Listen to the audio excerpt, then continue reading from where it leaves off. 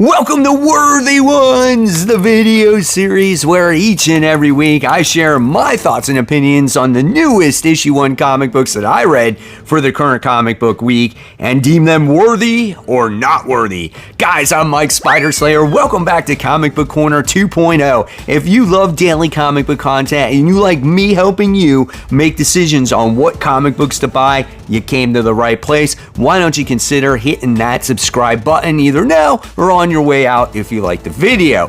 So guys, not only do you have a single episode of Worthy Ones this week, but yes, you will have 2 episodes because there was that many new issue 1s that came out this week. 15 in total. I think we're going to cover 7 today, and we're going to cover maybe 8 tomorrow, if that's truly what I read in new issue 1s. And it's going to be a fun week because it was a huge week of comic book reading.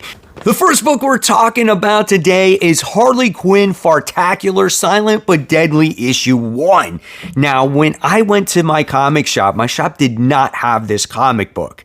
Like, how don't you have the Harley Quinn Funtacular book? Maybe they just put it for people that put it on their pull list and I didn't. And maybe they only had a copy or 2 and it sold out. So I decided to read this digitally, and so I didn't get a chance to smell it.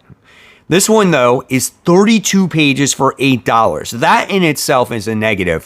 32 pages, $8, totally not worth it. The writer here is Joanne Starr. The art is done by Ted Brandt. The artwork is not horrible artwork. I mean, it's a very cartoon animated style of art. I feel like it's going for like what the animated series had to offer on Max. And this is celebrating April Fools, right? The next book that we're talking about is also celebrating April Fools, and you're going to see that these 2 books are totally polar opposites of each other. One executes the story perfectly, and the other one is just an absolute piece of crap. And this book right now, I'm going to tell you from the start, is not worthy. And I'm going to tell you why. Because this one charges you a ton of money for what you would think is like an A-list character who has really gone down the shitter, no pun intended, as of late. And what this book is based off of Harley Quinn and Poison Ivy, and Poison Ivy actually trying to tell Harley how to take care of plants, and while she's doing it, she farts. And Harley finds that absolutely adorable. And she's like, oh, I love you, and I can't believe that you farted, and it shows that we can be with each other no matter what. And then Poison Ivy is like embarrassed by the whole thing. And Harley's like, no, you don't have to be, let me fart. And it's just like all about farting. And then what happens is Poison Ivy winds up leaving.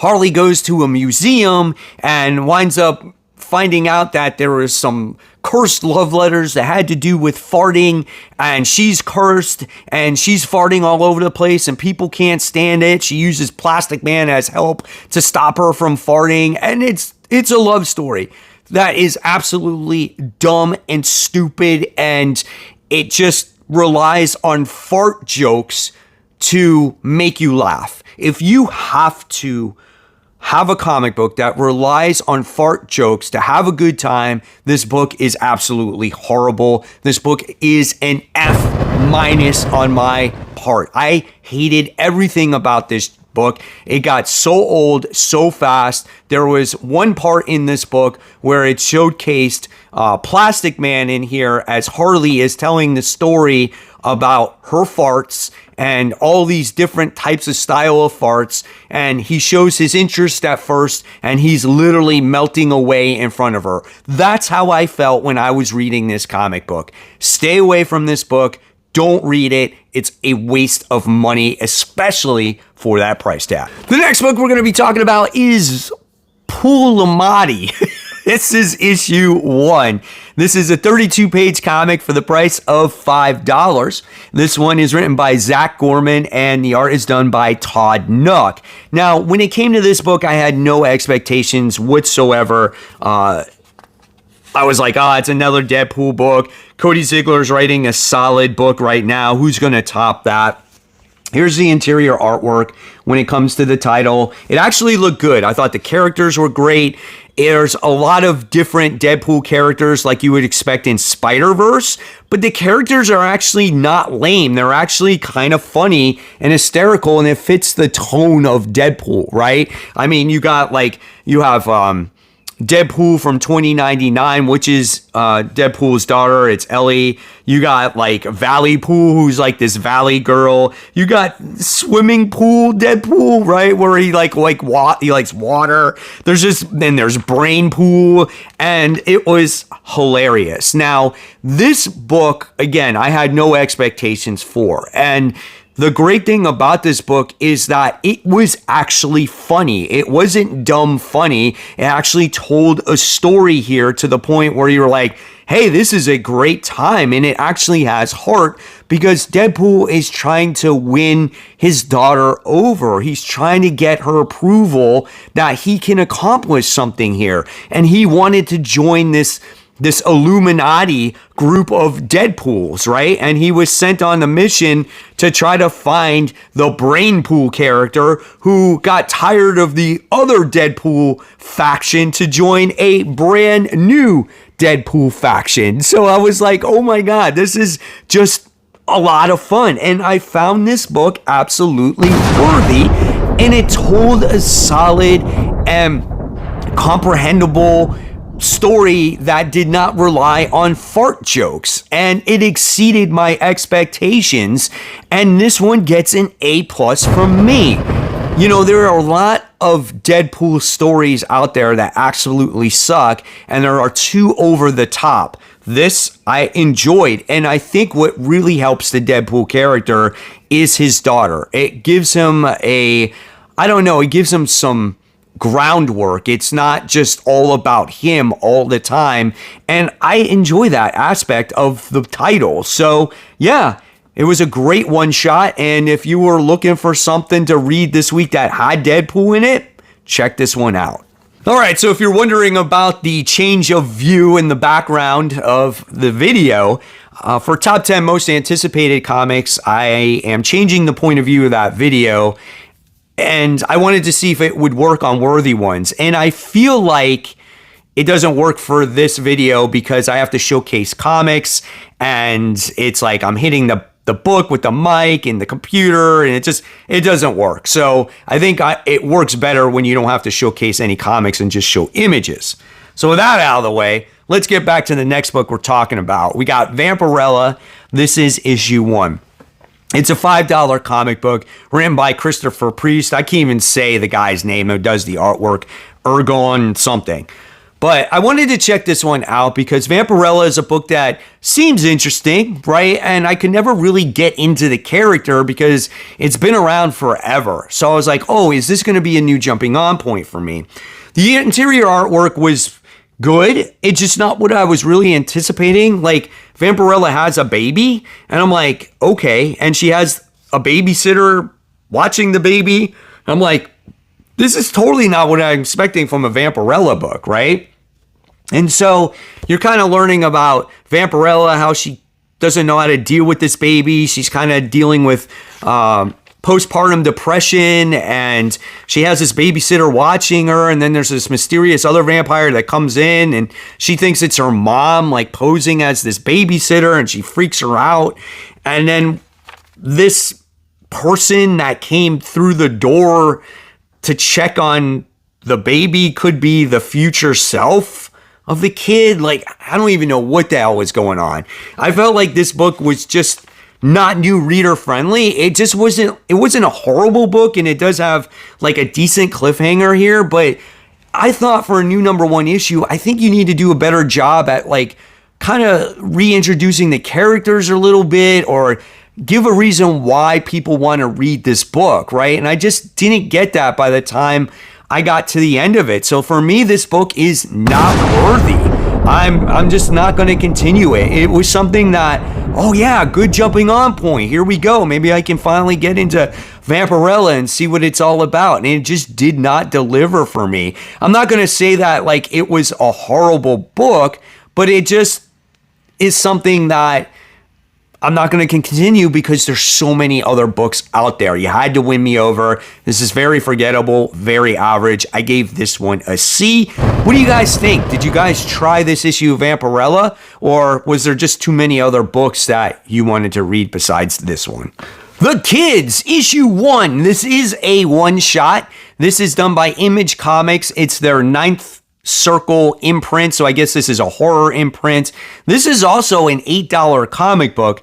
However, there are a lot of pages in this comic book, and it's also a magazine format. Now, again, we're getting more and more of these magazine formats, and for some people, it's not for everybody. But if there is a story that does interest me, I'm definitely going to check it out. The premise of this book seemed very interesting, so I had to check this book out. It's written by Garth Ennis, and the art is done by Dalibor Talajic.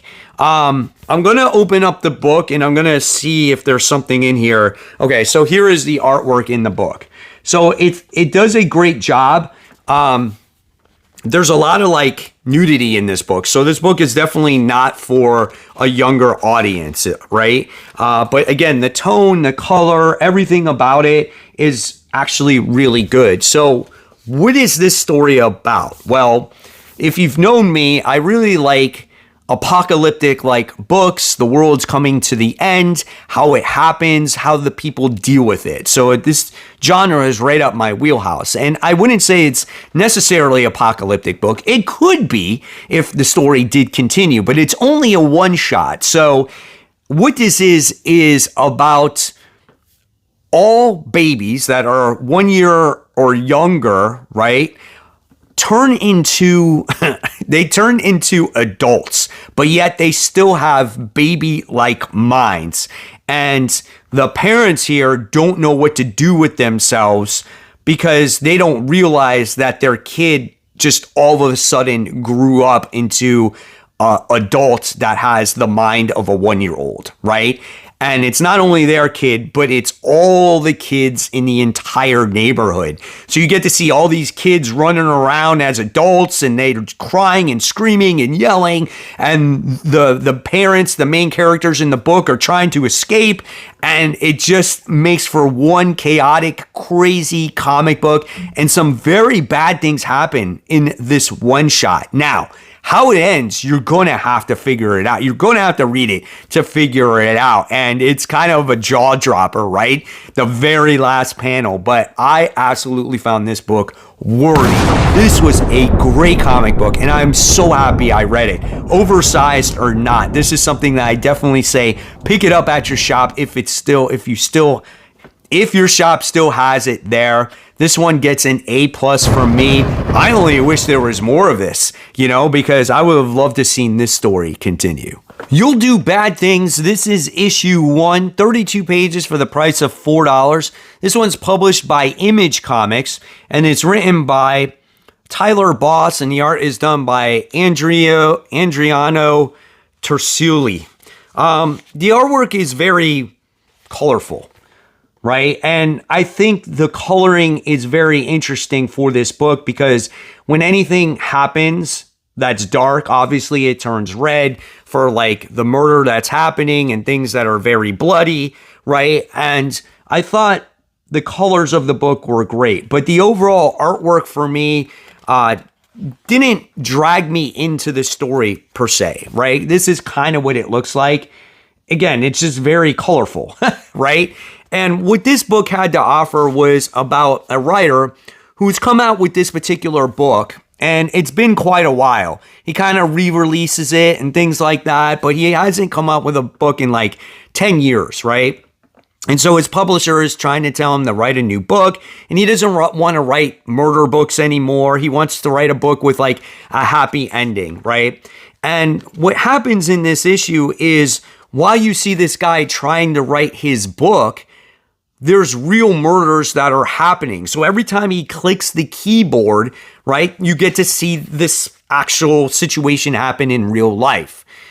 I thought the concept was actually pretty good, but I wasn't impressed by this book, and I'm going to deem it not worthy. Yeah, I think the artwork really took me out of the comic book, and I thought that the beginning of the book was really entertaining with a murder that happened, and then you get to the main characters and I didn't like him.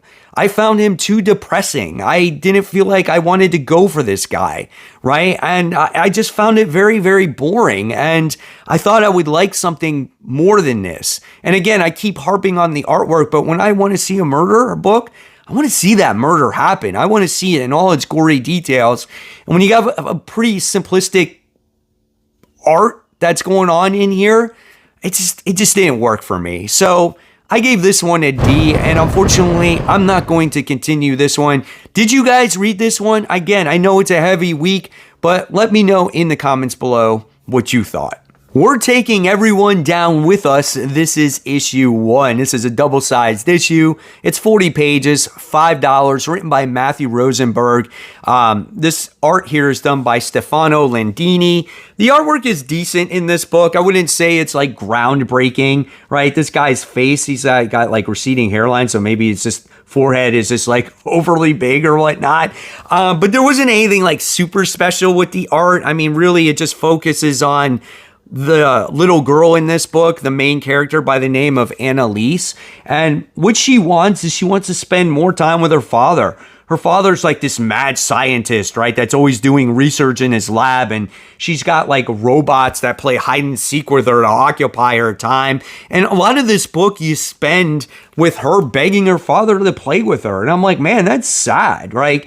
Like as a parent, as a father, like you want to spend time with your kids. And this guy doesn't even realize like how busy he's actually been, but he kind of comes to an epiphany and says, all right, let's go play some hide and seek. And while they're playing hide and seek, there's this deep dark secret in the basement that she finds. And, you know, it's okay. It's nothing special. It's like what you can expect from this scientist guy, right? And then, you know, time you get to the end of it, there is like this spy stuff that's going on that's introduced, right?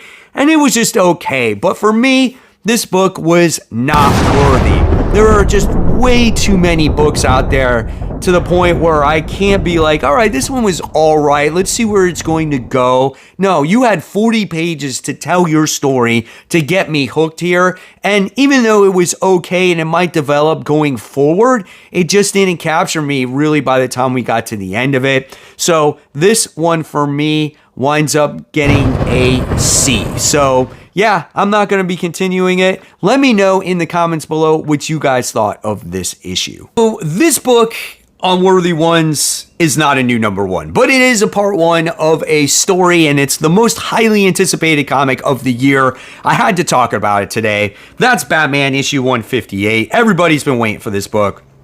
Legacy numbering 923, 36 pages for the price of $5. You do get a first appearance of a new character in here. Of course, we all know by now it's written by Jeb Loeb, and the art is done by Jim Lee. When you open up the book, it's totally what you can expect, right? It's that Jim Lee Batman artwork. You get the Joker, you wind up getting Batman in here, you wind up getting cool fights, cool characters.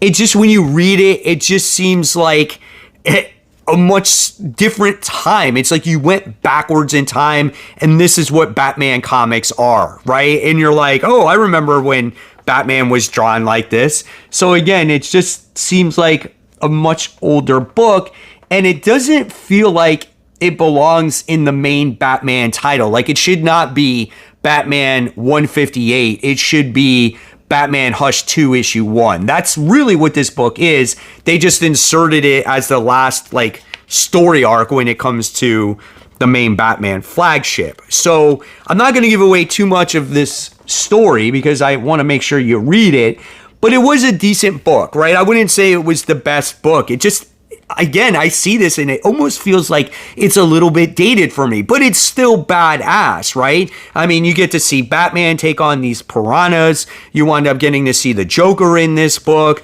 You wind up obviously getting to see Hush setting some things up to meet the Joker by the time you wind up getting to the end of this book. And it was very much a setup issue, and it was honestly a very quick read. There wasn't a lot of dialogue in here, but I was entertained where I get to the point at the end and I was like, yeah, I can't wait for the next issue of this, right? I loved seeing Nightwing in this book, and I loved seeing actually Barbara Gordon once again in that Batgirl costume working with Nightwing. I thought that was great. There were some good liners in here that had to deal with like 14 like Batgirls and like 7 Robins and all that other type of crap like that. And it was good. So obviously I'm going to deem this book worthy. Was it the best thing since sliced bread? No. But if you're like a Jim Lee hardcore Batman fan and you loved this era of Batman, I think you're going to love this book and you're going to give it an A+. But for me, I'm going to give it a B+. I don't think it was the best first issue ever, right? But I did enjoy it, and I'm hoping that it does get better as time goes along. So there you have it, webheads. There is the end of part 1 of this week's episode of Worthy Ones. In part 2, we're going to talk about that Martian Manhunter book that just came out as well, plus some other new number 1s. So hopefully you're enjoying this 2-parter, and on Saturday I will bring you the top 10 most anticipated comics for the week. So until then, guys, you can check out my newest comic book haul. It was a huge week for comics being released, like I said. And of course, remember, support those local comic shops. Keep buying, keep collecting. Always remember, read those comics so we can have great comic conversation. Guys, thank you so much. I'll see you tomorrow.